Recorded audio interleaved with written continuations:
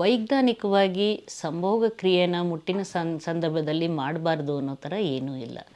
ಕೆಲವು ಸಂದರ್ಭದಲ್ಲಿ ಏನಾಗುತ್ತೆ, ಮುಟ್ಟಿನ ಸಮಯದಲ್ಲಿ ಮಾಡಿದಾಗ ಅತಿಯಾದ ರಕ್ತಸ್ರಾವ ಇದ್ದಾಗ ಅಥವಾ ಅತಿಯಾದ ನೋವು, ಮುಟ್ಟಿನ ಇರೋವಂಥವರಲ್ಲಿ ಅಥವಾ ಜನನಾಂಗಗಳ ಸೋಂಕಿರೋರಲ್ಲಿ ಅಂಥವರಲ್ಲಿ ಏನಾದರೂ ಇದನ್ನು ಸಂಭೋಗ ಕ್ರಿಯೆ ನಡೆಸಿದರೆ ಸ್ವಲ್ಪ ಮಟ್ಟಿಗೆ ತೊಂದರೆ ಆಗ್ಬೋದು. ಯಾಕಂದರೆ ಸೋಂಕು ಒಬ್ಬರಿಂದ ಒಬ್ಬರಿಗೆ ಹರಡ್ಬೋದು ಮತ್ತು ರಕ್ತಸ್ರಾವ ಅಥವಾ ಮುಟ್ಟಿನ ಸ್ರಾವ ಕೂಡ ಹೆಚ್ಚಾಗ್ಬೋದು.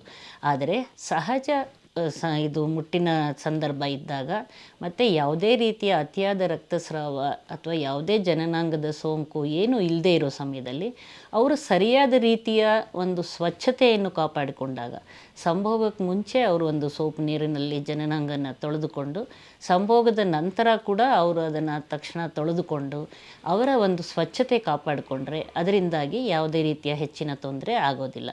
ಹಾಗಾಗಿ ಇದಕ್ಕೆ ಅಕಸ್ಮಾತಾಗಿ ಅಂತಹ ಸಂದರ್ಭಗಳು ಬಂದಿದ್ದಾಗ ಅವರು ಅತಿಯಾದ ಆತಂಕ ಪಟ್ಕೊಳ್ಳುವಂಥ ಅವಶ್ಯಕತೆ ಇಲ್ಲ.